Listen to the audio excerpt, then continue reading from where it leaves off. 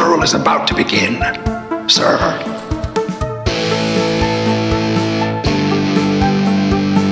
I think we just picked up Dracula. It's got a death curse.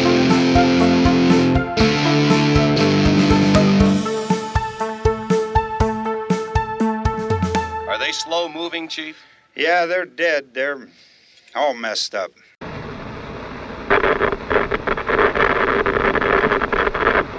Welcome back to another episode of Never Not Horror. I am Steve Clark. And I am Rich Hansel. We are back for episode 16 of our deep dive movie reviews, and I might be excited about this one. It is no secret. I mean, it's already no secret because I said it on the last episode, but I've said it many, many times. My favorite movie of all time is Dawn of the Dead from 1978, and the day has come for us to do the deep dive review. I can't wait to go through this movie. I probably didn't even need to write my plot notes because I know this movie so well, but I did, just to keep things straight. And you guys know what my score is going to be without question. So I guess the fun in this is, where is Rich going to be? I know you like this movie, but how high are you going to go? So that's the tease to ride it to the end, other than just it's an amazing movie. If you are new to Never Not Horror, we do our movie review deep dives in 4 sections. We open up with our personal history with the movie, whatever that may be. Then we will get into some fun fact behind the scene, cast and crew kind of stuff. And at that point, we will switch into a full plot walkthrough with spoilers. So if you have not seen the movie, you are going to want to stop and go watch the movie, then come back. Dawn of the Dead, the original, like secondhand video, like it's widely available on DVD and stuff like that. I have a DVD copy of it. But it is, for rights reasons, like I'm not sure who owns what, but there is very limited availability, with air quotes, because it's on YouTube. Like several different cuts of it are on YouTube. But like just to go, like you can't go to a store and buy Dawn of the Dead. Like that is so weird. There are some box sets, like collector edition things that I've never seen in a store, but you can buy online. They're like Blu-ray and 4K that have the different cuts that have recently come out, but it doesn't stream on anything. You can't rent it on Amazon Prime or anything like that. So, but as is often the case with movies like that, when they're not available elsewhere, a lot of times they're on YouTube. And there are a few different versions of it on YouTube. And we'll talk more when we get into the behind the scenes about what the difference is in those versions. But so, since this was my pick, I will go ahead and do my intro here, my history with the movie. And there may not be a movie that I've seen more times than this in my life. I mean, so the first horror movie that I ever remember watching was the original Night of the Living Dead. I was probably 5, 6 years old. And just, I've always had that, I don't know if it was seeing that first, but I've always had the fascination with zombies. And then Dawn of the Dead came, I mean, obviously both of those movies were out before I was born, but because there's a hell of a jump from Night of the Living Dead to Dawn of the Dead, just as far as like effects and gore. But so I mean, I'm sure I was 7, 8 years old first time I saw Dawn of the Dead, which is probably a little young for that, probably, with some of the violence and gore in it. But and I've just always just the whole setting, the battling it out with zombies in a shopping mall and like hiding in the air ducts and having the secret hideout up, like it just hit me in the right spot. Like this, I still today, you hear people say the thing like, if you had to be in a horror movie situation, which one would you want to be? And that's it for me. I want to be in a shopping mall with zombies. And I mean, I just absolutely adore this movie. I've seen it so many times. We had it on VHS when I was growing up, then we got it on DVD. And like I said, nowadays I don't even have a DVD player hooked up, but fortunately it's on YouTube. So whenever I get the itch to watch Dawn of the Dead again, I just flip on YouTube and watch it. So for your purposes, if you've never seen it, it was remade in 2004, maybe? I think it was. And it's a solid remake.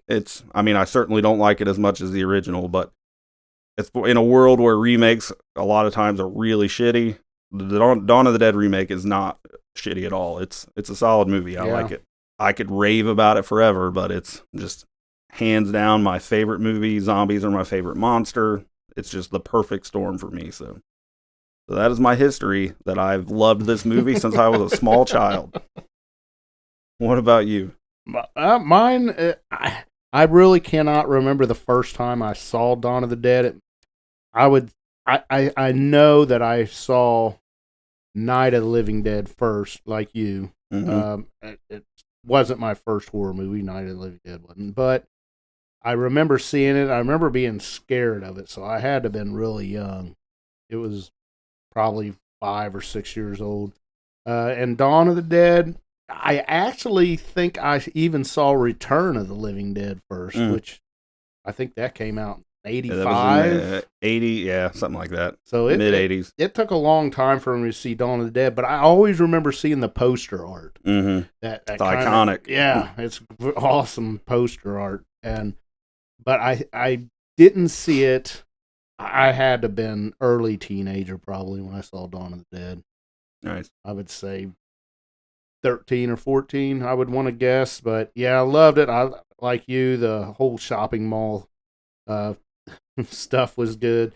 And the acting was so good. And then the special effects.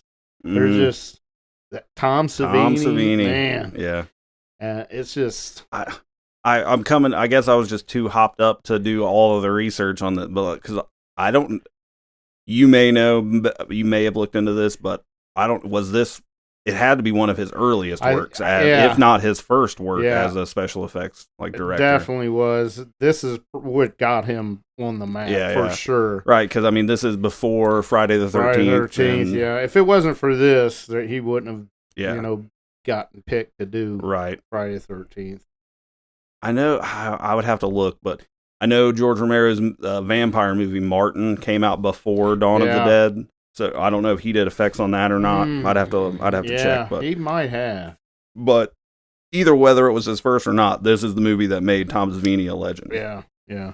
So not a lot of history with me because I just can't remember. It seems like one of those movies that was always there, but I think I had it number 3 on my favorite horror movies of the 70s, I believe. It was 3 or 4 somewhere in there, Yeah, I think it was 3 because I think I had, of course, Texas Chainsaw Massacre was 1, and I think I had Jaws 2, and then Dawn of the Dead.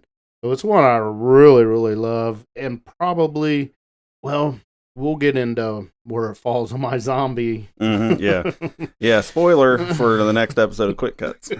We'll talk about that at the end. Yeah.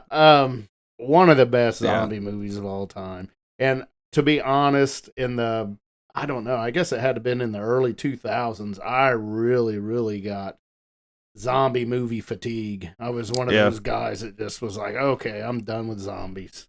I'm absolutely done. There were so many zombie movies coming out. And then The Walking Dead come out. And I was like one of those guys on the picket line in front of people trying to watch The Walking Dead. I was like, why are you watching this? Haven't you had enough of zombies? I was a fan of The Walking Dead. And it was good. I did watch the first 3/4 of the first season, and I got zombie fatigue. Yeah, it happened. I mean, it definitely hit a wall. But yeah, this one is one that I can watch every single year. If and again, YouTube. I mean, that's where I watch it. It's easy. Yeah. How long had it been before you had watched it to do this podcast? How long had it been since you'd seen it? All the way through, a long time. Yeah. But when we was doing our favorite horrors of the 70s, I did watch it. Right. It's not all the way movie. through. I didn't watch it all the way through. Yeah, it's fairly long. Yeah, but so good. So good. The music, that's what I like. I love the music. Oh, yes, sir. Yes, sir. We're going to talk about that. Yeah. But yeah, that's it. All right, good deal. All right, well, we will go ahead and transition so we can stop teasing at the behind-the-scenes stuff that we want to talk about. So here we go.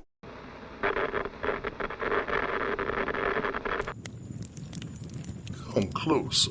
Let's take a look behind the curtain.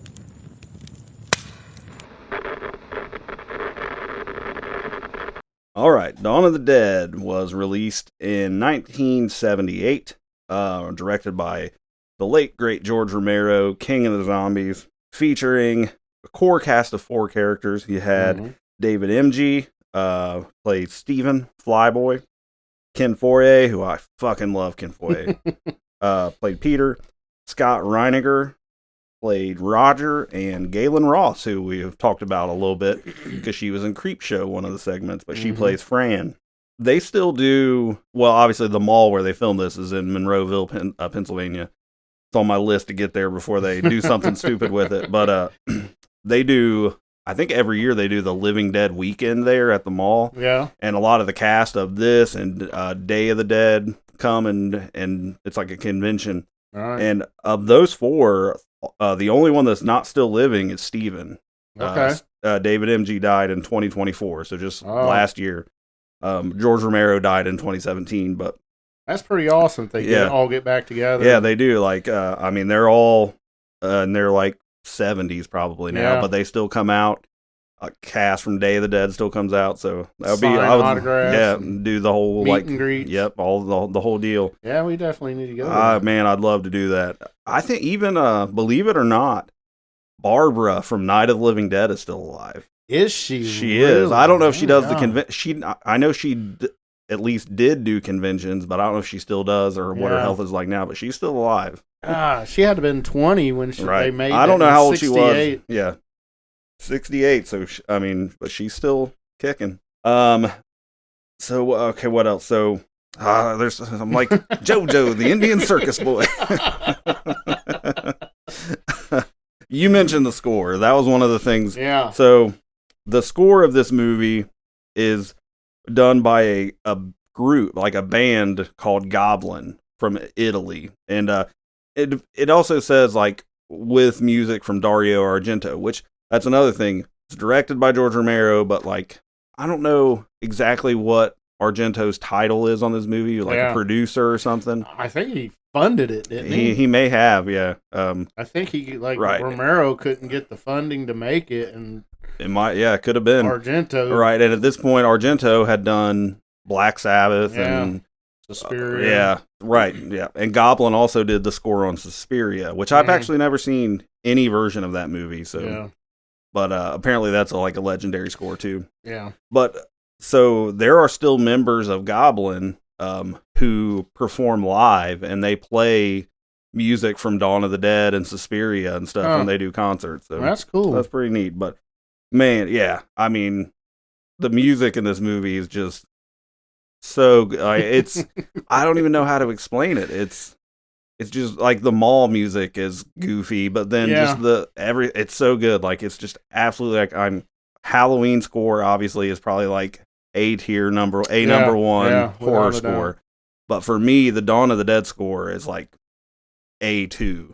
Yeah. Like, I mean, it's just so maybe because I've seen it so many, like I could listen to it and know what part of the movie it's in. Like it's just you've seen it absolutely iconic. And I'm actually gonna show you here. This is my ringtone, and it has been for several years. Let's see. Here we go. You ready? This is my ringtone on my phone.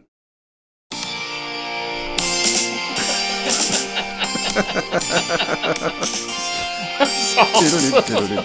I paid money for that. That is awesome. Yes, sir. So that anybody calls, that's what happens? Yep.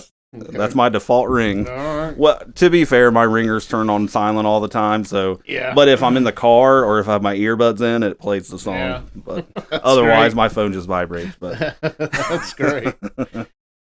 So yeah, I love the score. And like I said, and there's like some just stock music too, and there's additional stuff from Argento. But another thing, so the different cuts that we've talked about a little bit. So. I did read up quite a bit on this. So there's 3 official cuts, and then there is a 4th. And the 4th one is on YouTube also. But so there was what is known as like the is it Cannes Film Festival? Yeah.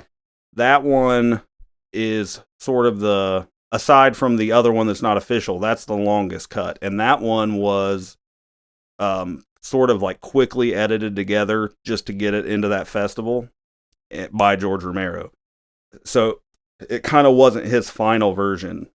And then the movie released in Italy, I think. Italy. First. In 78. Yeah. Yeah, in 78. It didn't release in America until 79. Correct. Like early 79. Yeah. But the US theatrical release is the one, like the DVD that I have, that's what it is. So that's the one that I've seen most often. And it is shorter. There are scenes edited down or removed. Nothing crazy, mostly a little bit of dialogue here and there, or some of the biker gang stuff at the end. Some of that's cut down a little bit, but so the U.S. theatrical release, which is George Romero's, was his preferred version of the movie. It's just like a tighter, cleaner, edited version, but it is missing a little bit of stuff here and there. Then there is the one that to my knowledge, I've never seen, is the Argento cut, which Dario Argento edited himself, and it is the shortest version of the movie because he removed anything that was at all humorous, a lot of the character dialogue. Like, his cut is more of just a lean and mean, nasty, gritty horror movie. Yeah. To where Romero's version is more, there's like the political commentary of like consumerism and all the stuff. I don't believe I've ever seen that version, and I don't think I would like it because I've just, like, the characters are a big part of why I love this movie. So, and then there is, those are the 3 official versions, and then there is the unofficial super cut, as with air quotes, I guess. And I don't know if fans put this together, but it's basically everything cut all together, like anything that was missing from any movie, like it's just one big cut with everything, and that's on YouTube. It's like, I can't remember exactly how long, but it's the longest version of the movie, and and you can kind of tell because coincidentally I wasn't paying attention, and that's the version I watched when I did my notes, and like some of the music some of the music is in different places, and that's another thing. Like I said, I watched the theatrical cut on DVD my whole life growing up. So that where the songs are in that version is what is right to me. All right. But I think every version, the score is moved around. Like, some of them don't have as much of the goblin music in it and more just like stock sounds and stuff.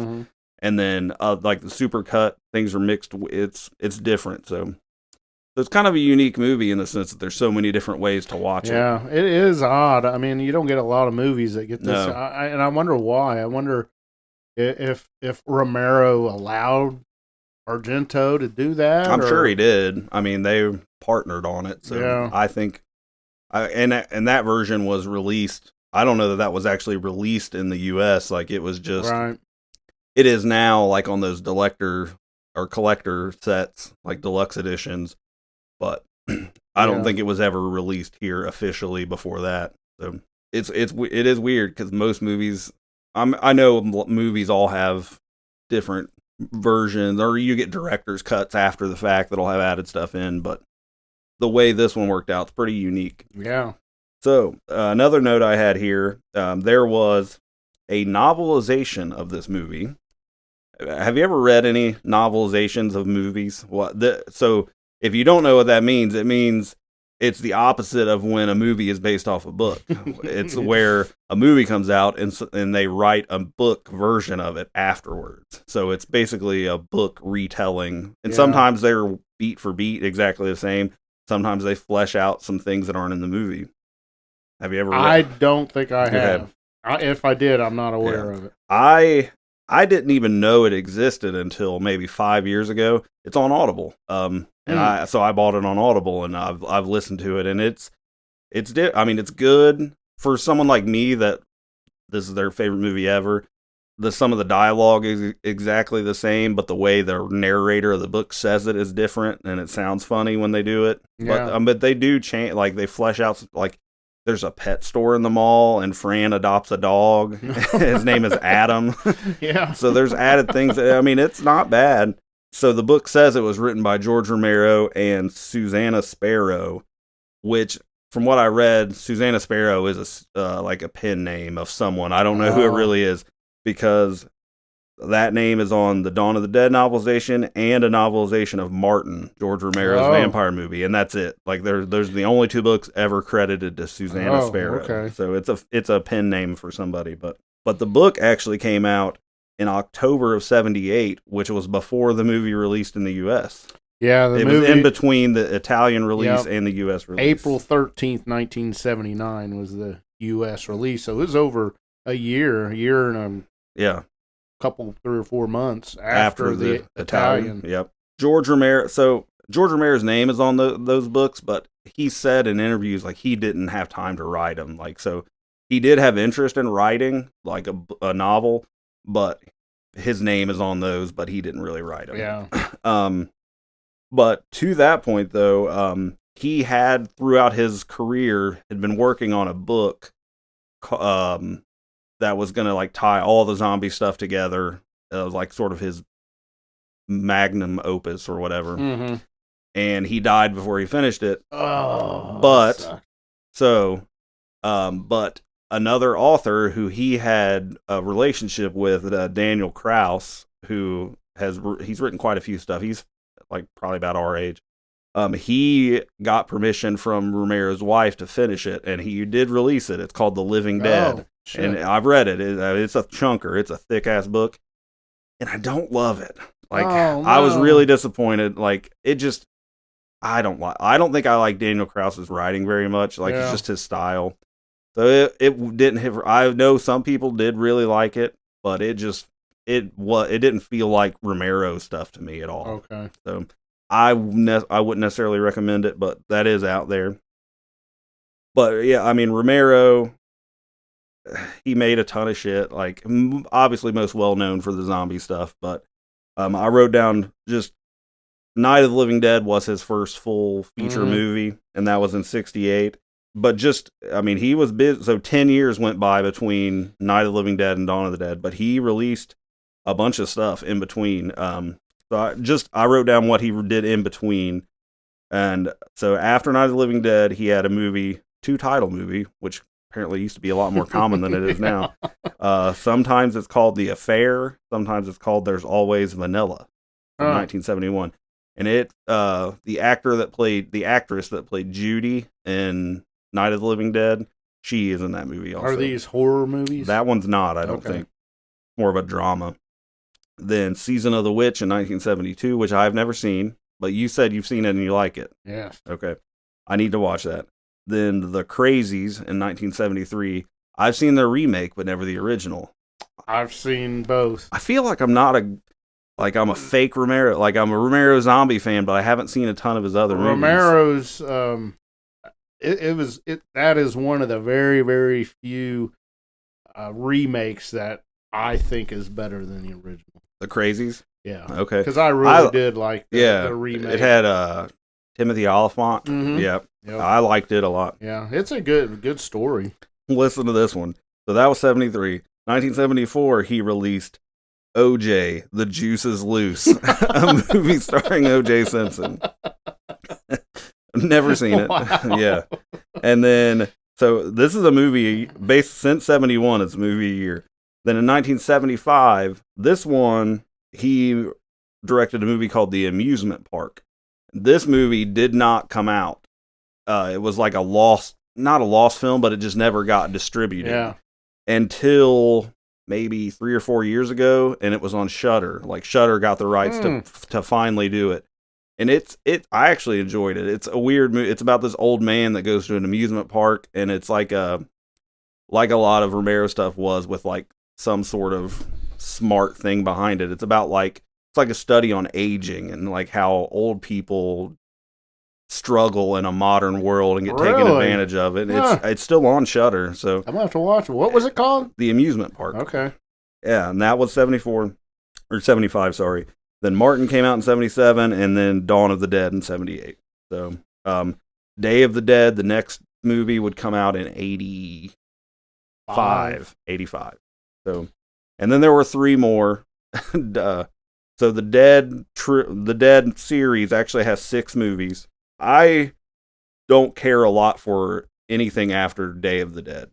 I don't know how many of you've seen. I haven't seen any after Day of the Dead, I don't think. So there was Land of the Dead, came out in the very early 2000s. I haven't seen that. It was okay, but I didn't. They're all okay, but none of them hit like the original three. I wonder when those others that were released, was there a lot of buzz about them? Because I don't No. even really remember. Not- I mean, Land of the Dead a little bit, but the other two were damn near like straight to video movies. that is so crazy that The fifth one was Diary of the Dead, and it's kind of a found footage movie almost. Mhm.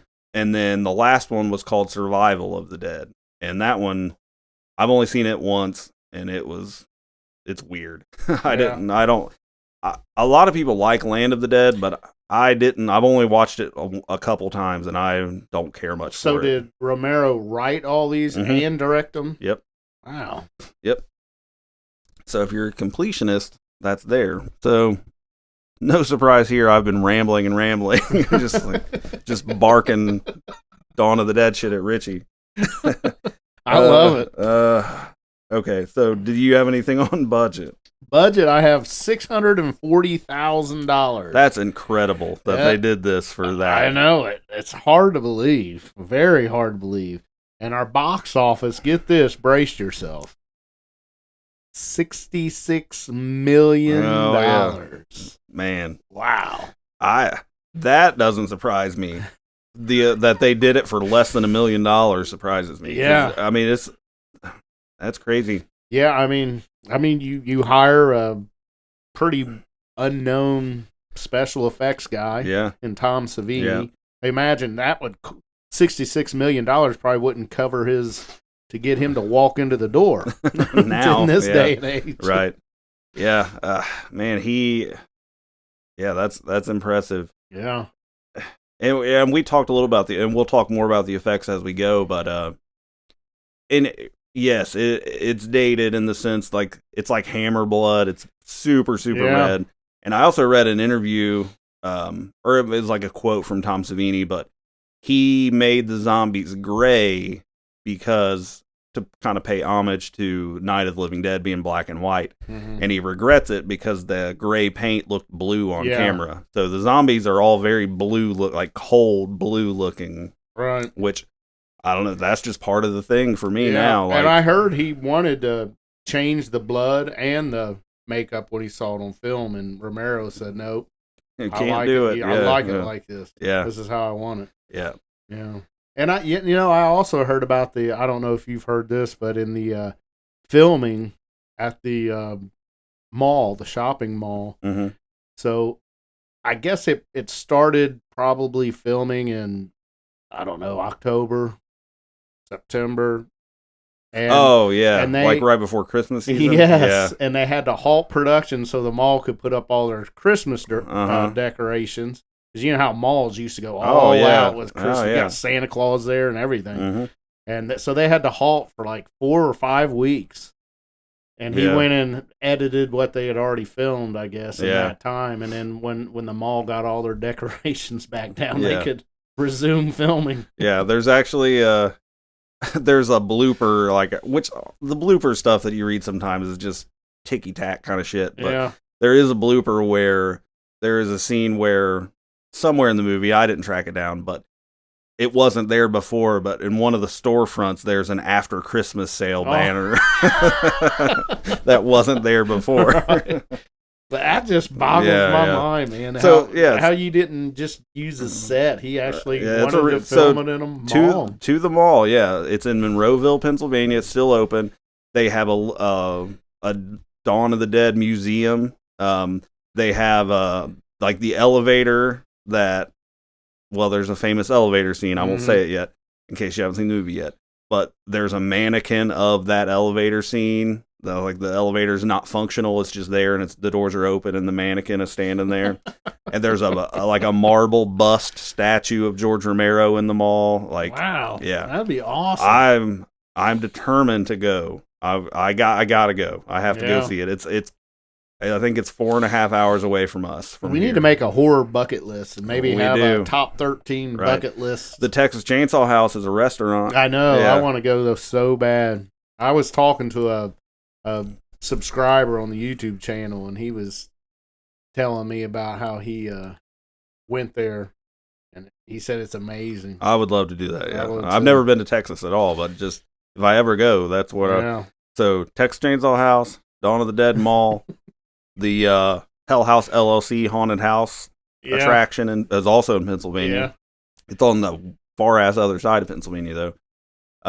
The thing that scares me about the mall and makes me want to do it as soon as I can is Walmart. The company Walmart bought that mall during this past year. Oh no. So, and I don't know what the state of America is like as far as mall goes, but where we are in Ohio, Southwest Ohio, malls are dropping like flies. Like if it's still open at all, like stores are closing. There's not much left in them. Yeah, you walk around. There's only maybe 4 or 5 stores inside the mall open, not counting your big ones. Actually, last night my wife and I went to Kenwood Mall and started some Christmas shopping, and that's like the biggest still going mall around for us, and it's still like damn near an hour away. But yeah, malls are fading, and I'm scared to death. I'll keep putting it off, and then that mall will get like demolished or something, or turned into something else. Yeah, but yeah, for sure, bucket list. So, Rotten Tomatoes score, as you would imagine, very good. The tomato meter critic score is a 92%. The fan popcorn meter is a 90%. So there you go. Most people love this movie. Yeah. So all good stuff. We are well on track, as I expected, for this probably be the longest episode of Never Not Horror ever. But that's okay. Yeah. This it's not a short movie. There's a lot to get through. Yeah. So. All right, you got anything else before we go ahead and get into it? I don't think so. Oh, I do have one other thing. One more fun fact. Depending on the version you watch, and I'll spoil it. It's not a big deal, but a little bit. So depending on which version you watch, this whole scene is not in the movie. It's only in certain versions. But when Fran and Steven first meet Peter and Roger at the docks to escape the city, they get, before Roger and Peter get there, Fran and Steven get sort of like jumped by these police officers who are fleeing too, and they're like threatened to take their helicopter and stuff. The lead thug bad guy cop is Joe Pilato, who would later play Captain Rhodes in Day of the Dead.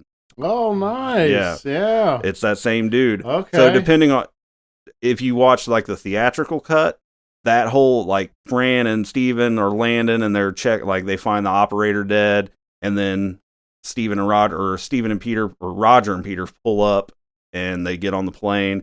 They still have the scene where the guy asks them for cigarettes because he's part of that gang, but everything, like the whole confrontation piece is cut from some versions. Yeah. But if you see the version that has it, the lead guy who threatens to take the chopper is Joe Pilato, who played Rhodes and like the main bad guy in the Day of the Dead. And I read that he auditioned to play Steven in Dawn of the Dead and didn't get the role. Oh, really? Yeah. So never give up. That's right.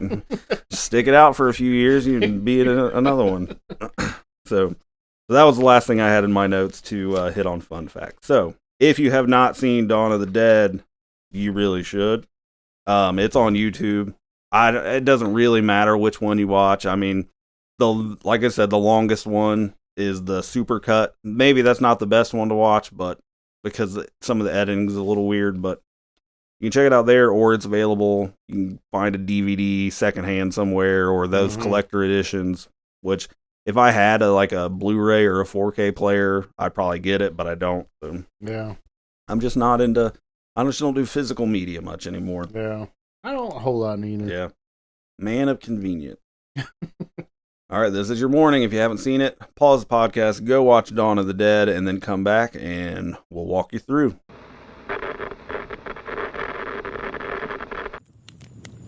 Last chance to turn back.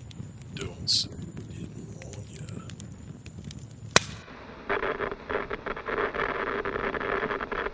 All right, Dawn of the Dead opens up. We see a lady sleeping, and she's having a nightmare. There's like a red carpeted wall behind her. So this is Fran, one of our lead characters, and she wakes up from her dream. Someone like shoves her awake, and we learn she's in a TV studio, and shit is hitting the fan. Big time. So this is picking up where Night of the Living Dead was the very, very beginning of the zombie thing. This is picking up where things are starting to get out of control. So someone wakes her up, tells her it's her turn to take a nap, and so Fran gets up and goes out in the studio. The news host is interviewing this guy, some sort of expert, like telling people what's going on. I love this scene. Yeah. I absolutely love this scene. Fun little cameo. George Romero is sitting at one of the monitors, like when she first walks out. So yeah, the guy being interviewed about what's going on. Like the TV crew does not agree with what, like everybody thinks he's full of shit. Yeah. Really rowdy, like people are like flipping him off and like giving him bunny ear, running up on set. It's just madness in here. But yeah, it's chaos. Yeah, the whole beginning of this whole segment's really just chaotic. We see there's a list of rescue stations like scrolling across the bottom of the screen, like school closings in the wintertime. And Fran learns that a lot of these rescue stations are out of date. Like the rescue station itself has gone offline or been overrun by zombies or whatever. Nobody really knows what's going on. We're kind of cutting back and forth between the interview and Fran, kind of seeing what's what. We see the interview. I have several times I've quoted people in my notes here, but the guy saying, this is a quote, he says, "They kill for one reason. They kill for food. They eat their victims." Yeah, I love it. I love it. So Fran tells the control board people to turn off the rescue stations because someone are out of date, and she doesn't want to send people to non-functioning rescue stations. But the producer guy running the show loses his shit. He's like, "Who turned off the rescue stations?" And she's like, "I did. They're out of date." And he's like, "Every minute that they're not on the screen, people tune out. They won't watch us." Like this guy in the middle of a zombie apocalypse. He's worried about ratings. So everything kind of just boils over. Like people are losing their shit, start walking out. And we see one of our other leads, Steven, comes in. The guard stops him and he has to show him ID to get in, but he comes in and we learn we don't learn it here, but he is like the weather reporter guy from the helicopter. So, or traffic reports. Yeah. Not weather, traffic reporter. And he is with Fran, like they are together. So he goes to Fran and tells her to be on the roof at 9:00. And they're going to take off in the chopper. They're going to get out of here and shit's hitting the fan, but she's reluctant at first, but then she's like, another guy tells her, "We'll be off the air soon anyway." Yeah, like, she's really worried about helping the public. Right. She wants to stay so she can give alerts to the public. It's Yeah. really good. Yep. But he tells her to be on the roof, and then you hear the guy getting interviewed talking about like the National Guard getting called out, and we cut scene to a SWAT team, and this seems zombie unrelated, kind of, sort of at the time. It does. It is. It's like the criminals are like hiding in this apartment complex or something, and the SWAT team is swarming in on them. So it's almost like this doesn't really have anything to do with the zombies. So we open up, we meet Roger, one of our other lead characters. So he's one of the SWAT guys on the roof. There's a guy, like the lieutenant's on the loudspeaker trying to get people to come out and put down their gun, like a peaceful end to the standoff. And then we also meet Willie, who is another SWAT guy, very racist, loudmouth shithead of a dude. Yeah. And he's just rambling on and on. I don't think I could say the stuff he says in this movie. Not for my own career as a public publishing author. I'm not going to say some of the things that Willie says, but he's a racist piece of shit in this movie. So eventually, Roger's talking to this new guy who's real nervous on the roof, and then these criminal guys bust out of the door on the roof and shoot that new kid right in the forehead, like just immediately, like bam, he's done. So then it's just pandemonium, SWAT teams like charging in. These guys there's just gunfire everywhere. It is chaos. Yeah, it's what you would expect in a zombie apocalypse. Right. This movie is pretty much what you would expect in today's this is society. Probably what would happen. Yeah. Just chaos. Yeah. So they go in, they start throwing in smoke bombs, and they all mask up, and they go inside, start going through the building. Willie has lost his shit. We don't really learn like what led to this, but he's just out of control, like laughing and just kicking in door. Like in the first scene of really graphic violence you see, and this is also not in all the versions.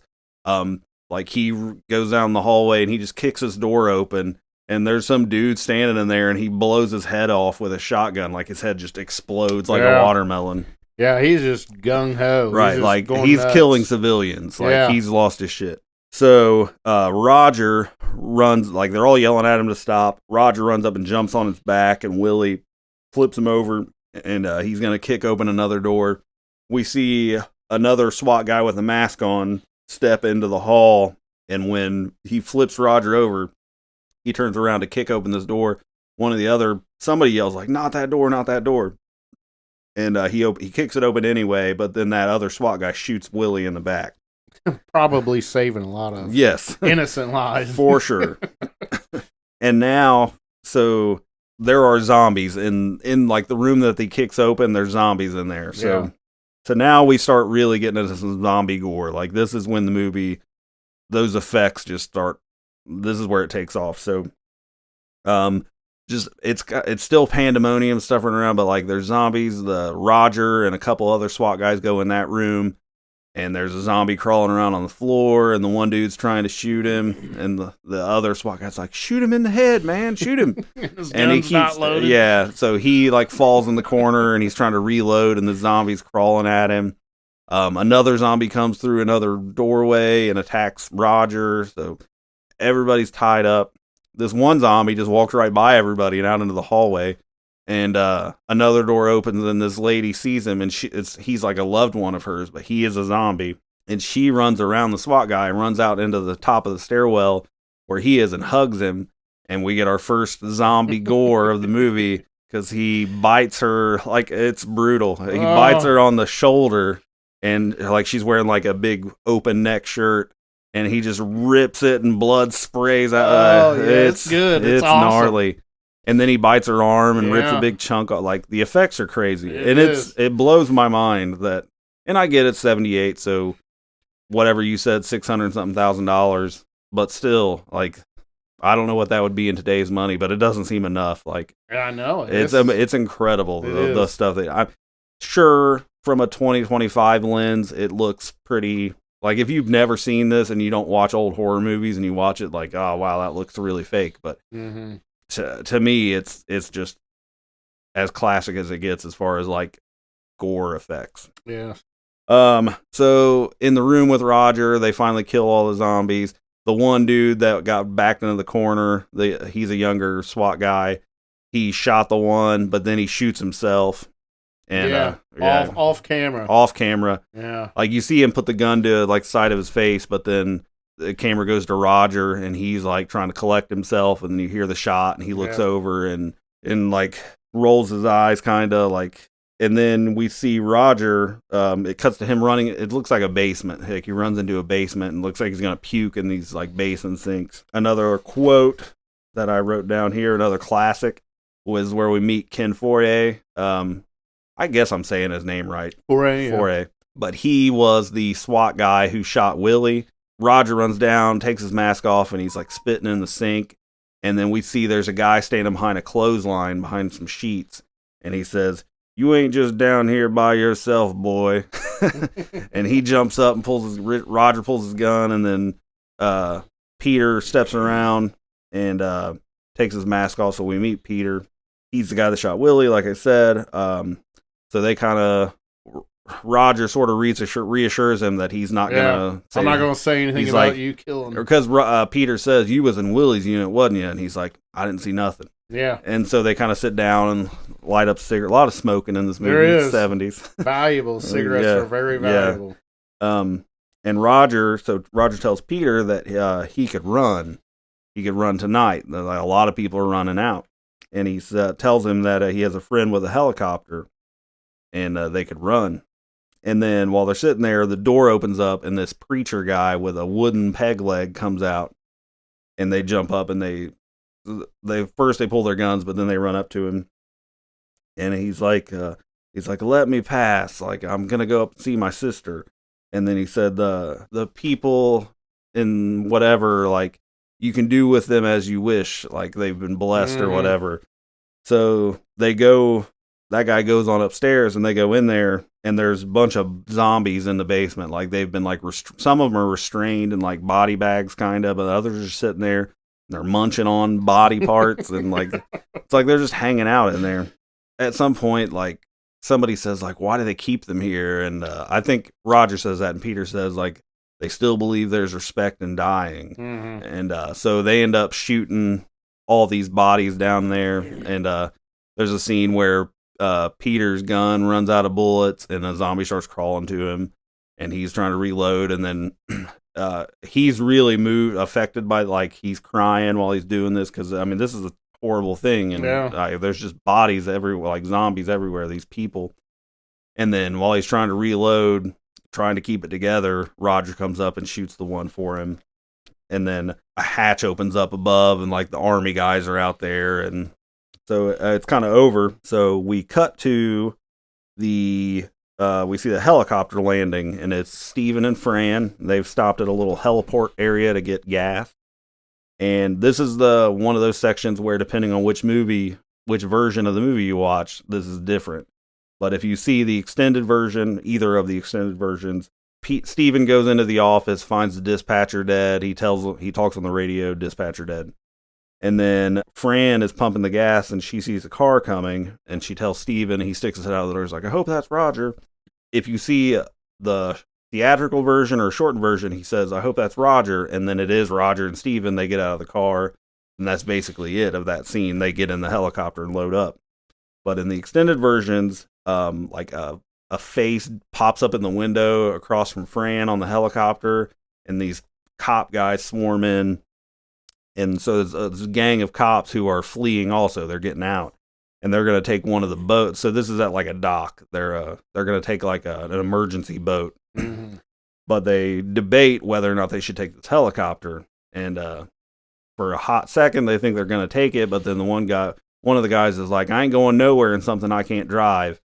So they decide, you're right, if something happens to the pilot, we're screwed. So basically, and then Peter and Steven show up, and there's like a tense little standoff moment, but ultimately everybody's like, be stupid if we start shooting at each other. Let's just work together and get out of here. So they separate.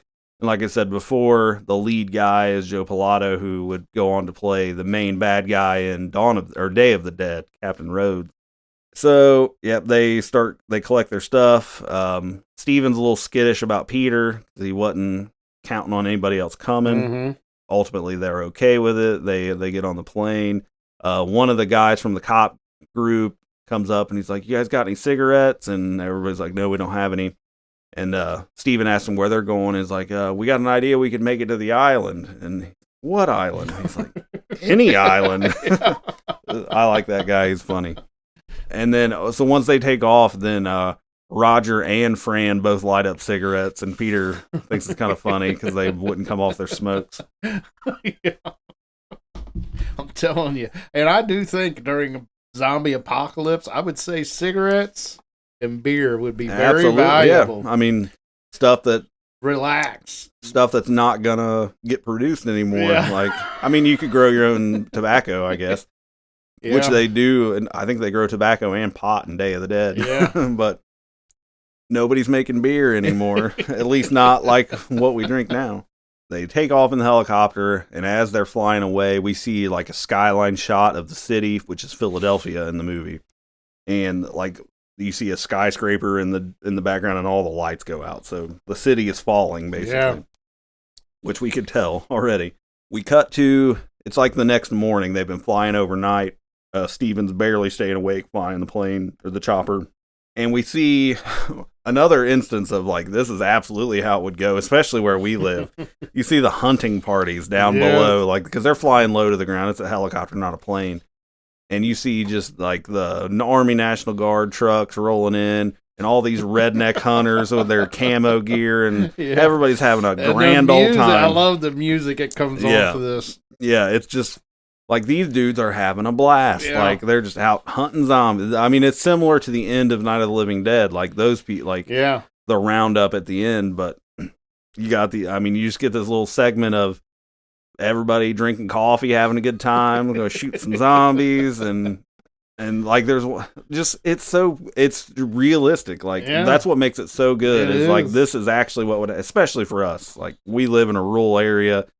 100% there'd be dudes out there like laying on the hill, like, missed him. Yeah. Got him. Drinking whiskey Yeah. and shooting zombies. Right, listening to Hank Leonard Williams Skinner and Jr.. yeah, it's so realistic. Like, yep, that's how it would really go. I'd probably be one of those guys, to be honest. Right. So yeah, we see all that stuff, and they fly over that, and then they land at another little like rural airport to get some more gas. So they split up. Roger's pumping the gas. Steven and Fran go look in the hangar to see if there's anything they can use.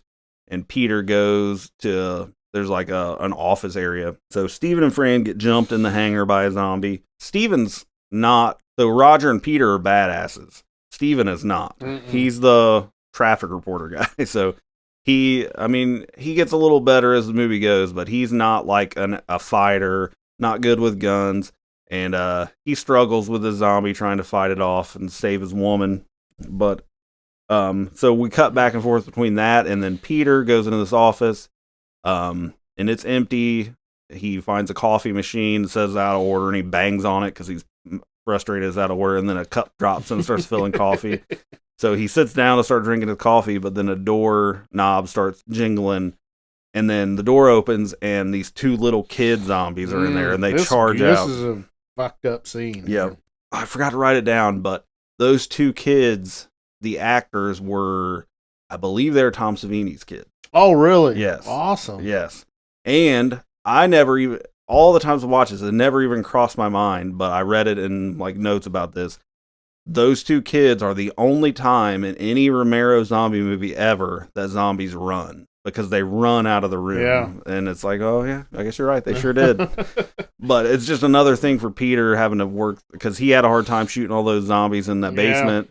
And then they always got little kids running at him, but he throws them off and just unloads assault rifle on them. So he kills them. We see Peter and, or Steven and Fran Steven hit the one zombie in the head with a hammer, and they got away.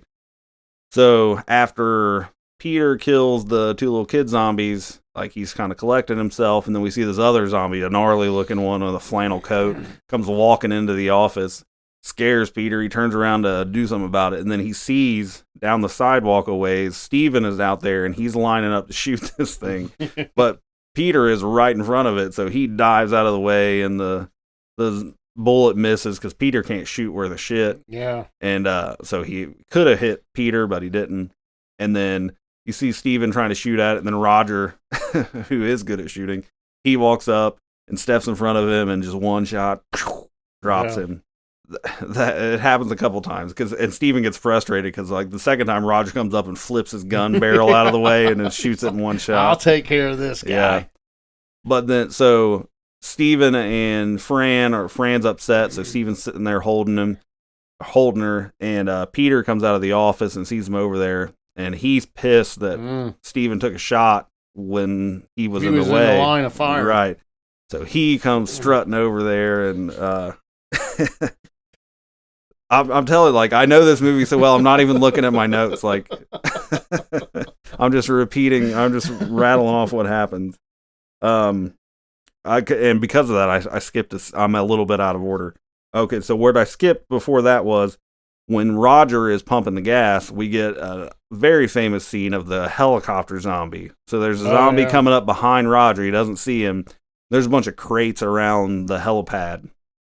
And the zombie crawls on top of the helipad, and he stands up when the helicopter's running, so the blades are spinning, and the zombie stands up and underneath it, and stands up into the blades of the helicopter, and it just whips the top of his head off. And like Peter, one of them, I think Steven sees it and yells at him, and he turns around and sees it, and then the helicopter blade chops his head off, and it looks fun. Like the guy, I mean, it's clear his forehead is way too big. Like they built up his forehead so they could chop it off. Which still though, like, surely they didn't really chop it off with helicopter blades. There's no, like, that's not safe to do. Yeah, I'm not sure how they did that effect, but but it's awesome though because he stands up and then blood just starts pouring down his face and he falls over. Yeah, it is awesome. But then we get the part where Peter's pissed and he walks out to Steven and Fran. Yeah, he walks out and he pulls his gun and puts it in Steven's face and he's like, "Don't ever aim a gun at somebody." And he's like holding the gun on him and he says, "Scary, isn't it?" Yeah. And then he picks him up and drags him off the ground and he walks away. But just trying to get his point right, across. Right. That be careful. Yeah, because you could have killed me. Yeah. Because you're not good at shooting. And I think the point got yeah. across. I think, yeah. You almost feel bad for Steven a little bit because, like, after he walks away, like, he's looked like a dog. He just shoved his nose in shit or something. Yeah. But, so they survive their little thing here and they're back in the air debating where they should go next. They're saying we should stay out of the big cities. Mm-hmm. And Steven has his own ideas, but Peter's arguing with him. And another quote here that I think is a great line, but Peter tells Steven, he says, "Wake up, sucker. We're thieves and we're bad guys. That's exactly what we are." They pretty much have become that. Yeah. They're stealing gas and... Yeah, because Steven's like, "We have credentials." And he's like, "And we're up here just doing traffic reports." Yeah. So they're arguing, but then they come across the mall. They're flying over the shopping center. And it's funny because apparently malls were new in 78 because Brand they're new flying stuff. over and they're like, "What is this place?" And I think Roger says, "It might be one of those new indoor malls." Yeah. Which it's fun because they're not new and they're getting ready to be a thing of the past. But so they land on the roof and they go there. So there's like open windows on top and they see down into the mall. Well, at first they look in the parking lot and there's zombies everywhere. And Steven and Fran are like, "There's no way, let's go." But Roger and Peter are like, "Hold on a minute, they can't get up here." And it's like, "Well, we can't go down there." And he's like, "Well, let's just check it out." So they find on the top floors, there's like these not offices, but like these rooms that are not part of the mall. And there's a bunch of supplies, like cardboard boxes. And they zoom in on one or with a flashlight, and it's like survival supplies. I don't know why that's in the mall, but fortunately for them, they are. Yeah. So they see that stuff. So they break one of the windows and drop in, and they barricade the door. They clear the area. There's no zombies up there, so they've got this area. Steven has not slept, so he was falling asleep when they were trying to fly the plane, so he needs to take a nap. And so while they're hanging out, taking a break, Roger and Peter decide that they're going to go check out the mall. Like, there's a lot of stuff down there we could use. Mm-hmm. So they go down. Fran is not on board with this. She doesn't like it. They tell her to let Steven sleep. Stay here. We'll be back. But they leave her a gun. So they go down the stairwell and they find like service hallways and a boiler room and all this stuff. They find keys to everything, all the stores in this office. I may have wrote this down wrong, but if it's now or later, but they turn on, I think first they find like the entrance into the mall itself, and they're on the second floor, and it's this long hallway. And while they're doing this, we're cutting back to Fran. Fran is stressing out, so she wakes up Steven, and he goes after him, and he takes Fran's gun, leaving her unarmed. Peter and Steven decide, they find where you can turn on like all the power for the mall, like the lights and the fountains and the escalators and everything. He's like, we might as well turn it on. We might need it. It might cover the noise we make.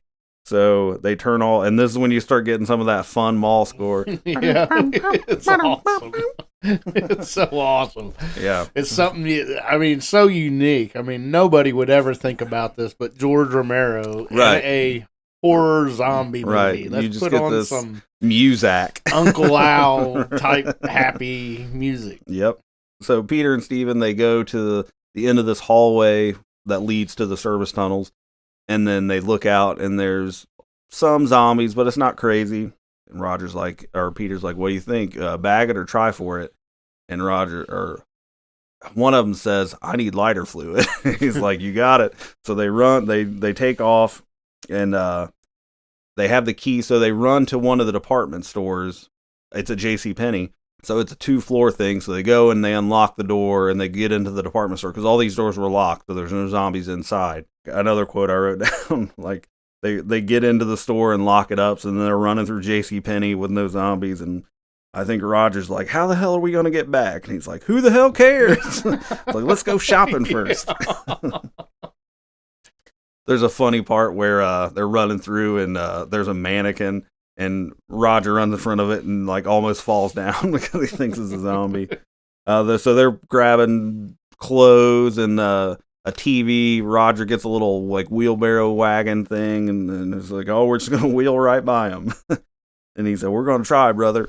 But so they come up with this plan. So they put the cart of all the stuff they got on the second floor by the doors they came in, and then they go down to the first floor and start banging on the wall or on the door and making noise to draw the zombies there, get them off the door upstairs so they can get back through to where they came from. So while this is happening, Steven is on his way down. He's in the boiler room area, and somehow a zombie has gotten in the boiler room, and it's wandering around. So Steven sees it, and he starts shooting at it, but it's all dark, shadows everywhere, pipes everywhere. And he's, as established, not a good shot. So every time he shoots, it's like, pew, pew, pew, pew. It's bouncing off all kinds of shit. And he runs out of bullets. So he's standing there like around a corner. You see the shadow of the zombie moving around all the time. So it's like a tension building thing. He's trying to reload his gun. The zombie comes around and like grabs his arm and he drops all the bullets. Very similar to the scene in the apartment where the SWAT guy's backed into the corner. Yep. He's got one bullet because he dropped all the other ones, so he puts it in the revolver. He doesn't have time to figure out what chamber it is, so he's just shooting the zombies coming at him, and it's like click, click, click. And finally he gets it and shoots the zombie, and he finally hits one and puts him down. So back to Peter and Roger. So they hear the shooting from Steven in the boiler room. So they decide it has to be Steven, so we need to get him on our side. They find him in that same hallway, and he comes out and he starts to run back in because there's zombies in the hallway now. But Peter tells him, "Don't go in that door, you'll lead him right back up with you. Come to us, run to me." So he runs to him, and they run back to JCPenney. But one zombie, this bald-headed lady, does not follow, and she goes back through the door that Steven came through, which is going to take her back to upstairs where Fran is hiding out. So Steven and Peter and Roger are all together now. They run, they get back in JCPenney, they're running through. There's a zombie pretending to be a mannequin, which is a stretch here. And he jumps and grabs Roger, but it ends up with a pretty gnarly murder scene where he pulls it's like a maintenance guy zombie, and he pulls a screwdriver out of his pouch and just plants it in the side of his head. So he gets loose. Now we cut back and forth between the three of them, kind of figuring out what they're going to do, and Fran, who is still up in the upstairs area, and that zombie with the tambourine is coming up after her. Peter's thinking, he says, saying, "We kind of got a good thing going here. Like, why are we in such a hurry to leave?" So they're thinking if they can, like, seal this place off, they can hole up for a while. They're trying to figure out a way they can move around the mall a little safer, and Steven says he saw some access on the map, so they figure out that it's air ducts, and they track it down to the elevator shaft, and they find their way that they can get around the mall through the air ducts, which is another thing I loved as a child. Yeah. Like, crawling around air ducts seemed like a good time. Think in reality, air ducts are not that big. But Right, yeah. They're huge. yeah, they are plenty big enough for Ken Fourier to run around in. But so yeah, they figure out a way so they can drop back right by the door through the ceiling tiles, right by the door that goes to the boiler area. They run their whole scheme, they get their supplies, and then they go back upstairs. Meanwhile, the tambourine zombie is now upstairs, and it is overpowering Fran, which seems like a stretch too. But like, she's trying to hold the door, and this zombie's just pushing it right open on her. Fran takes a flare, which zombies don't like fire, which was established in Night of the Living Dead. Yep. So Yep. the zombie doesn't like the flare, but it ended up knocking it out of her hand, and it's on the ground. So she's climbing up the ladder to get back to the roof, but the zombie's holding on to her. Finally, Steven, Roger, Peter all get back upstairs, and they see it. Steven goes to shoot it, but Roger tells him no. It'll draw him up here, so they just run and kill the zombie without shooting it, bang it in the head. They get Fran down. Everything's cool now. They carry the body out. So now they've got their TV that they snatched from downstairs, so they're watching the news, and it is not good. Things are just escalating. It's getting even worse. There does not seem to be an end in sight here. And we learn that Fran is pregnant in this time. And it's an uncomfortable scene because, like, one of them says, like, she looks sick, and Steven says she's pregnant. And they're asking, like, how far along is she? Is like 4 months or something. And Peter says, do you want to get rid of it? It's not too late, and I know how. Yeah. Crazy stuff. Right. And Fran they think Fran's asleep, but she's awake and listening to this. So she's frustrated. And so Steven goes into the side room where she is, and they kind of get into it a little bit. And we learn there's some tension between Fran and Steven because she asks him if he wants to get rid of it or not. And he doesn't really answer, but he doesn't. So they have decided that they're going to stay and try to fortify the mall a little bit. So they come up with this plan from they go out on the roof and they're looking at their surroundings. And there are a bunch of semi-trailers nearby. And they have come up with this plan that they're going to move semi-trailers, trucks, and drop them in front of the doors to the mall to help block it in and seal off the mall. There's still some tension. Fran and Steven. Fran mentions she wants to learn to fly the helicopter because if something happens to Steven, they're screwed. And Steven's being pissy about it, but Steven's kind of pissy anyway. Yeah. So we cut to the truck scene. So Peter and Roger are on foot. They're moving the trucks. Roger knows how to hotwire trucks, so he's hotwiring these semis, and then they're pulling them up in front of the doors, and then Peter's coming up in another truck. Roger gets in with him, and they rinse and repeat, seal off all the doors. Steven is in the helicopter, like watching, kind of keeping an eye on things, and Fran is on the roof, also with binoculars watching. So Roger is all jacked up he's having a great time. He's fired up doing this. And I mean, it's getting tense. Zombies are around, and he's having to hotwire these, and that's not a quick process. But he's getting reckless a little bit. So there's once Roger's, he's trying to hotwire this thing, and a zombie's coming. Peter bails him out. It was a close call. They do one of their trucks. They drop it off. Quote here from Roger when he's all fired up. He's like, "We got this, baby. We got this by the ass." Like it's kind of weird. He's really having a great time. They drop off a trailer, and Roger gets in the truck with Peter, and they take off. And he's like, shit, I left my bag. All his supplies are in his bag. He left it in the other truck, so they have to go back. Peter's getting frustrated. He's like, get your shit together, basically. And he's like, get your head straight.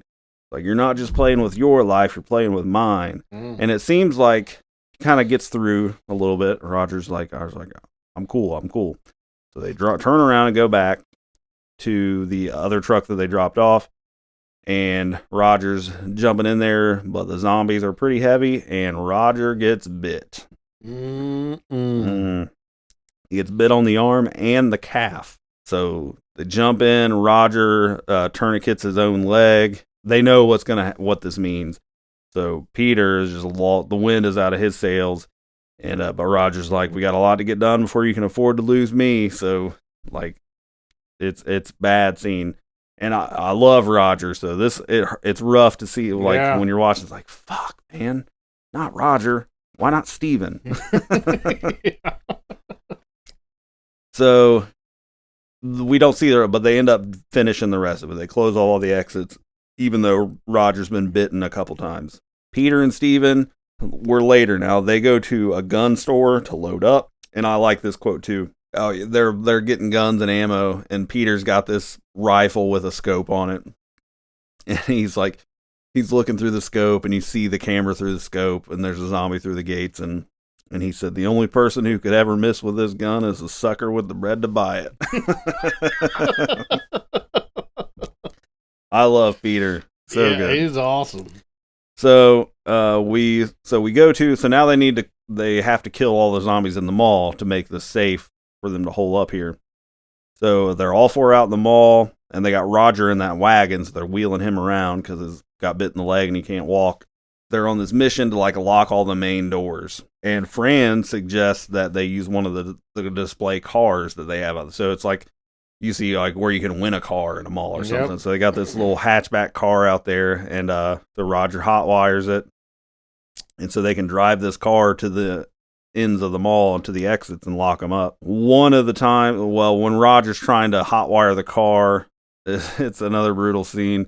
He's laying there under the scene, his leg is all bandaged up, and the zombie comes up unawares and just tears his calf right open. It's like, oh God. Everywhere. As someone who has suffered from calf cramps a lot in my lifetime, anything bad happening to someone's calf, like, God, I just can imagine what that was like.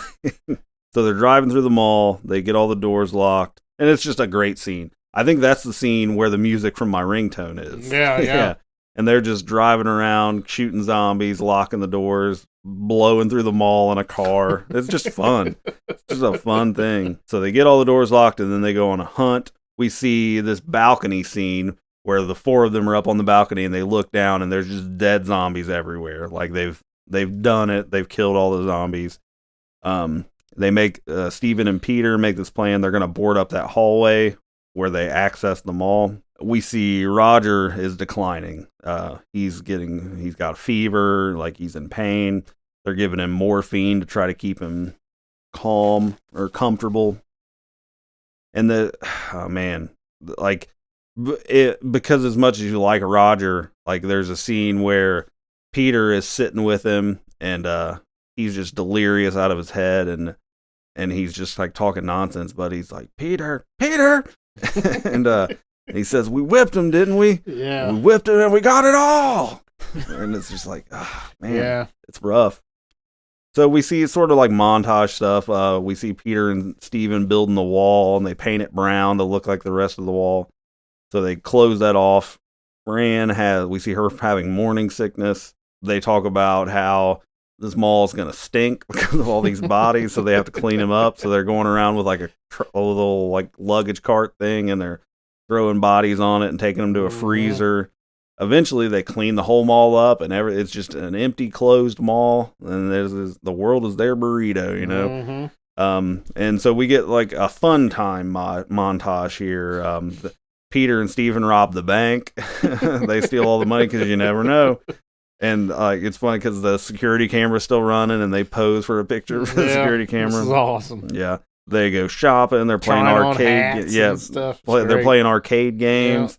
Yeah. Even Roger, who is like, he's declining, but I mean, he's still in the wagon. He's playing like a racing game, shooting game, like Duck Hunt almost. You see Fran ice skating, going to the grocery. Fran cutting Steven's hair, and then. So you see that, so it's like a transition point. They're settling into life like this right now. Getting a little normalcy back to them. Yep. And then we get a scene where they're on the balcony again. They're all four out there. And for my money, the most iconic line in the whole movie, because the zombies are still banging on the doors and stuff. They can hear them. And it's just like, why do they come here? And it's what they remember. This place was important and all that.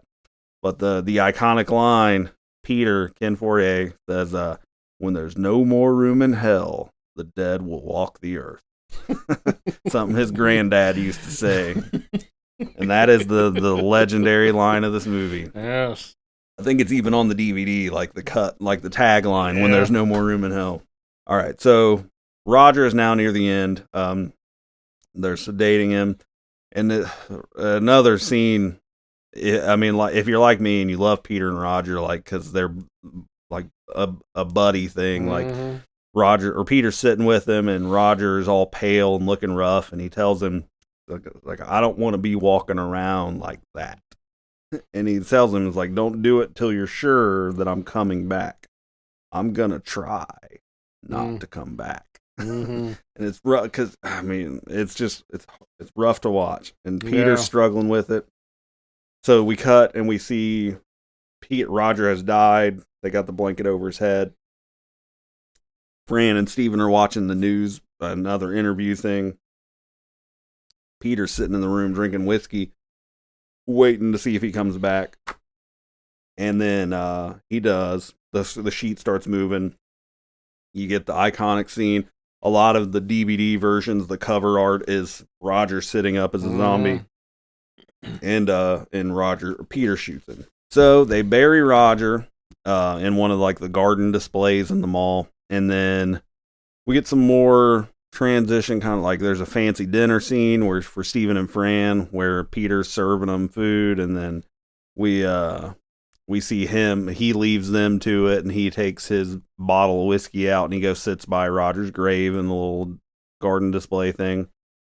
Steven proposes to Fran, but she turns him down, says it wouldn't be real.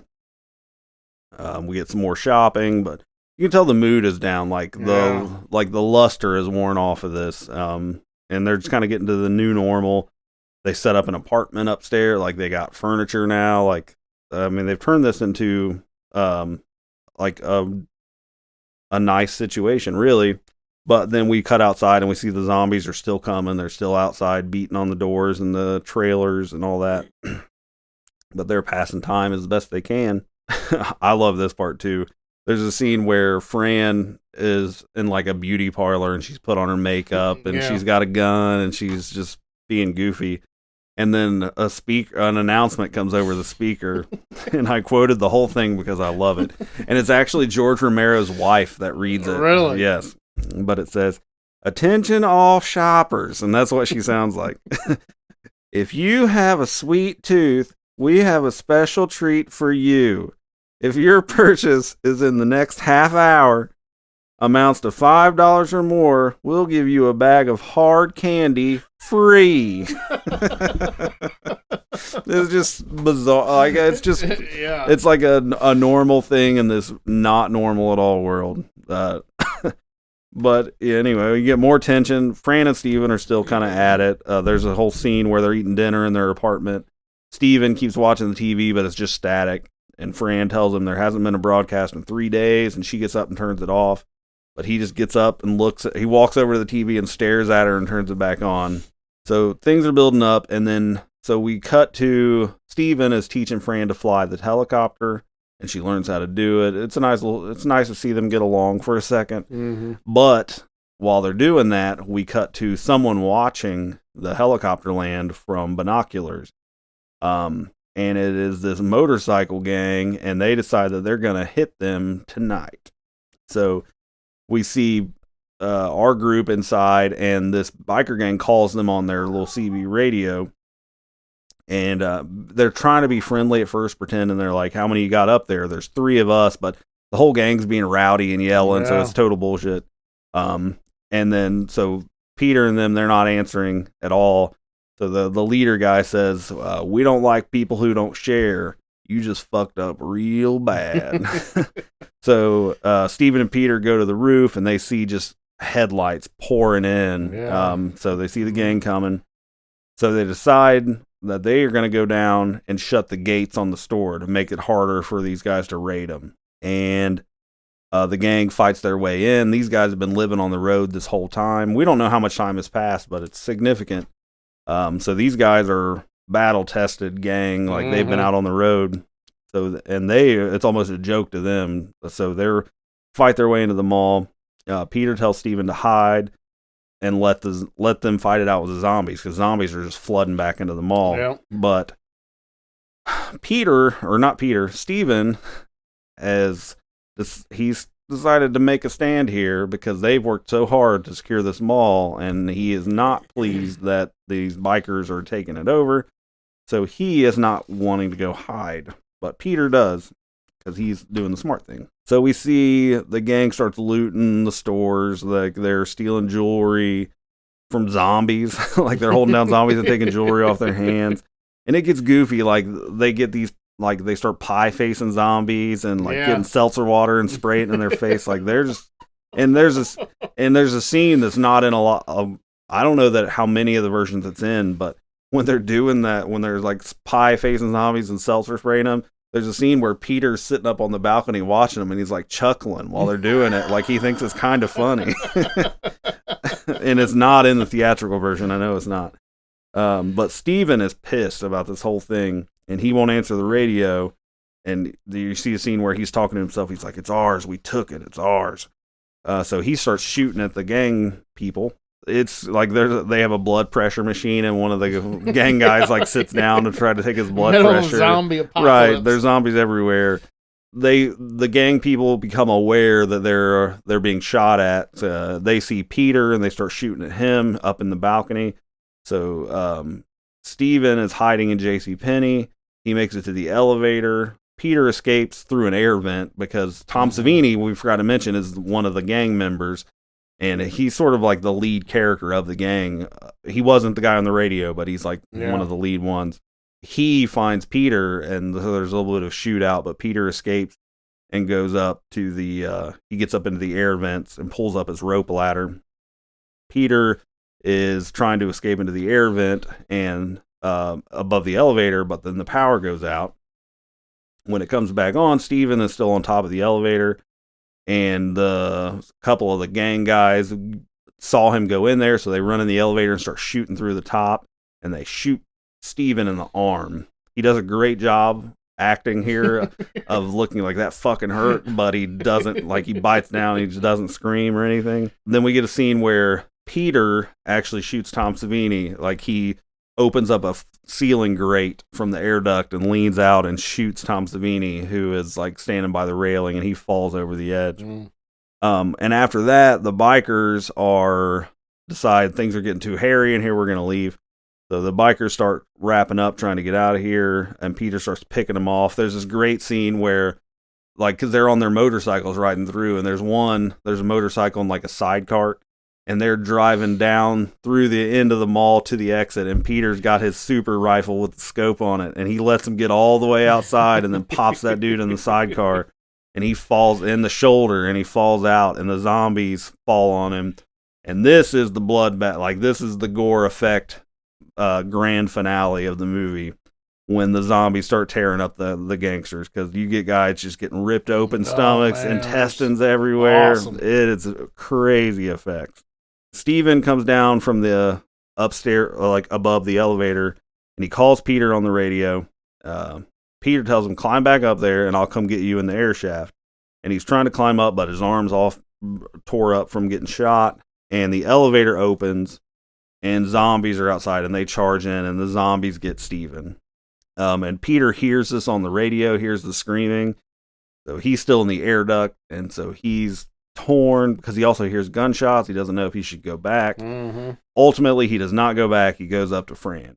He gets back there, tells Fran, she's like, is he dead? And he's like, I heard his gun. We'll just wait and see. So then we see the mall is just overrun with zombies again. Everything is undone that they did. And then the elevator opens, and Zombie Steven comes out because he just got mangled by zombies. And he does a hell of a job acting like a zombie, too. He's awesome. His walk, like I don't know how he walked like that without hurting himself, because his ankle is just sideways. It's a hell of an acting job with the zombies. And I don't love Steven in this movie. I think he's the most annoying of the four. Yeah. But he's a great zombie. Through all this also, the one gangster, or the biker gang guy, went back to the blood pressure machine, and there's this fun scene where he gets attacked when he's on it, and they rip his arm off. So his arm is still in the sleeve, but the rest of his body is gone. And then the blood pressure pops up and says 0/0. That's good shit. So we cut what is supposed to be like an hour or two, and Fran is trying to get Peter to leave. Zombies taking over the mall. We know Steven is now a zombie. So zombie Steven goes straight to the fake wall. So he still remembers, and he goes to the wall, starts biting and scratching at their fake wall and tears it down. They're coming up. He's leading a charge of zombies up the stairs. Peter tells Fran that he doesn't want to go. Like, he's kind of reached his end point, that he's just done fighting. So he tells her to go. The door to their little apartment opens up, and it's Zombie Steven, and he shoots him in the head and kills him, but more zombies are flooding in. He makes Fran go up onto the roof, so she goes and starts the helicopter, and he just goes into the bedroom, and he's sitting there like he's going to shoot himself. Mm-hmm. And then at the last, like, zombies open the door and start coming toward him, and he's got the gun to his head, and then at the last minute, he decides he's going to keep going, so he, instead of shooting himself, he shoots a zombie. Exhilarating music like the. You know what it reminded me of? The A-Team. Yes, I don't know if you ever watched the A-Team. But definitely. I loved it. He starts punching zombies and shooting his way. Fran's on the roof. The zombies are able to climb the ladder to the roof, so they're coming up on the roof. But he fights his way through, jumps out, and he makes it to the helicopter before she takes off. Fran and Peter fly away. He says, he asks, how much fuel do we have? And she says, not much. And he's like, all right. Yep. And then they fly away, and then that's the end of the movie. Like, we see pans of the zombies and the badass mall music, and like,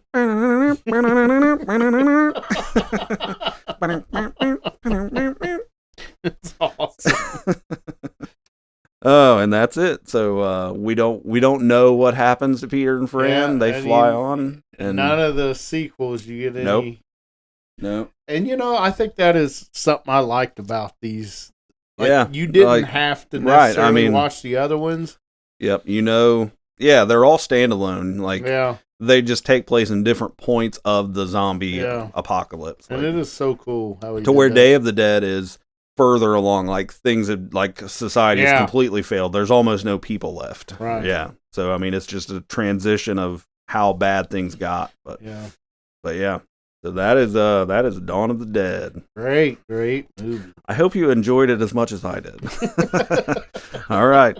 Well, we will go ahead and transition to our official rating and review.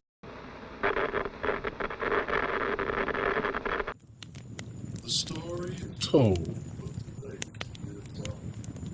How many never not horror howls will be given?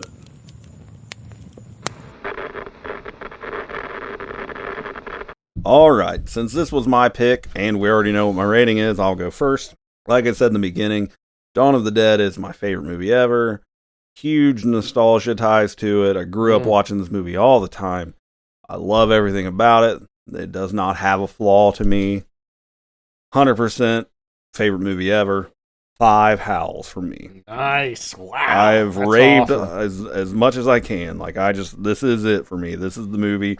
This is if I was on death row and instead of a last meal, you got a last movie, Dawn of the Dead. The super fan cut, so we make it as long as possible. But right. Yeah. So, 5 howl movie for me. I love it. I know maybe if you're not as big of a zombie guy as I am, it's not going to hit that for you, but for me, favorite movie of all time. Rich, go. All right. I will say, first off, Steve is definitely a big fan of this. I mean, watching him talk about this movie is like watching a little boy come down during Christmas, Christmas morning, and his eyes are all aglow, and there's presents under the tree. That's what you get every time you talk to Steve about Dawn of the Dead. I'm telling you, he loves it. Accurate. Now, to me, I love Dawn of the Dead. I think it's one of the greatest zombie movies of all time. I love there's that very much sign of the times if you watch this movie. I mean, in the 70s, especially the late 70s, a lot of movies, there was a lot of buddy movies. All your TV shows, there were buddy movies. And you have that in this, the mall being the mall is the next big thing. Even the trucker scene, the CB was big in the late 70s. Yep. You remember Smokey and the Bandit? And that was 78 as well, I do believe. I mean, definite sign of the times, and I just love it. Everything works so good with that. And Romero just does an absolutely amazing job of capturing all that to me. Yeah, for sure. and I think that's a nostalgic thing that'll never go away for people that was, you know, I know you wasn't born in the 70s, but I was born in the 70s. Mm-hmm. And I can remember a lot of this stuff, although I was very, very young, but being a big fan of 70s movies, I love 70s horror. I love 70s, just any 70s movies, pretty much. I love the way they were filmed. I think everything about it was better. The practical effects, which this was full of, I mean, chock full of practical effects. Yeah. I mean, it's just amazing how Tom Savini and his team could put this together, being just so young and new to the industry, and it just boggles my mind, and it makes you appreciate it, I think, that much more. So if you go into this movie, never seen it before, and you're a 20-year-old kid, you might look at it a little funny, but there is a time and a place that this thing is captured, and it's like a time capsule, I guess. Yep. I mean, it's awesome, very awesome. I love it. And as I'm sitting here talking, my rating's going up, I think. My Never Not Horror House, because You cannot resist my affection of this movie. I mean, in real time, I think my rating is going up. I had it wrote down as, I'm going to say, a 4 out of 5 house, but I think I've, with what your deep dive into it, and then me sitting here thinking about me watching it, and then also talking about the 70s, how much I love the 70s and this type of movies, I'm going to go 4.5. I'm going to give it a 4.5. I will allow it. I love it. Very good. And again, I can't, hats off to George Romero. I mean, absolute legend. Absolute legend. Yeah. And he knew what was going on at the time. I mean, emotion is out of control in this. I mean, you have the Steven and Fran and their whole relationship. Mm-hmm. You're watching that unfold right in front of you, and then you got your buddies. You know, there's a lot going on. There's a lot to take in, but he does such a good job of slowing it down when it needs slowed down, so the viewer can get what's going on. Yep. And it's just, he does such an amazing job. And I would put George Romero right up there with the best of them. Oh, 100%. Yeah. So 4.5 for me. I like it. 4.5. While you were talking, one other thing I meant to bring up in the fun facts behind the scenes section that I forgot, but it's still fun. All the extras that played zombies, their payment for being zombie extras, they got $1, a donut, and a Dawn of the Dead T-shirt. Oh hell yeah! I would have done it. You know how much that T-shirt's probably worth? Oh yeah, for sure. Yeah, so that would have been just to get made up by Tom Savini or his team. That would have been amazing. But. Awesome. All right. Well, that will do it for our coverage of Dawn of the Dead from 1978. If you enjoyed the show, please like, rate, review, do what you do. Tell your friends about Never Not Horror. We have merch.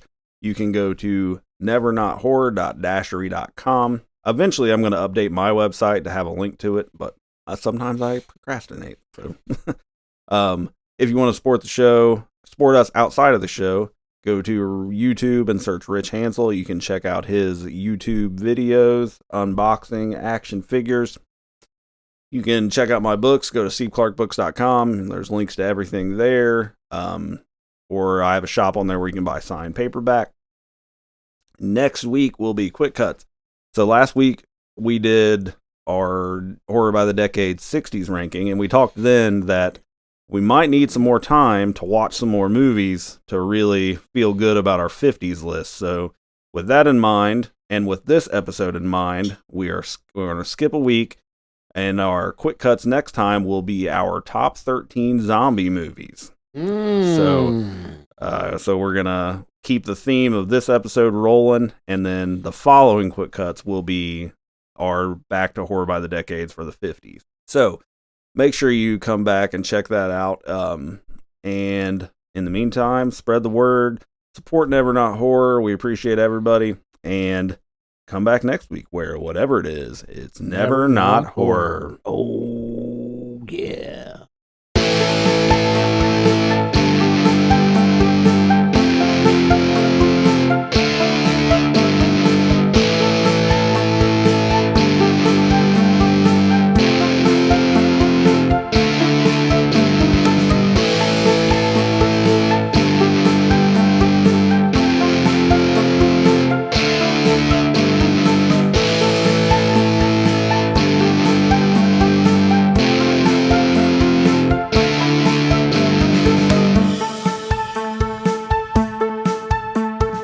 Are they slow moving, Chief?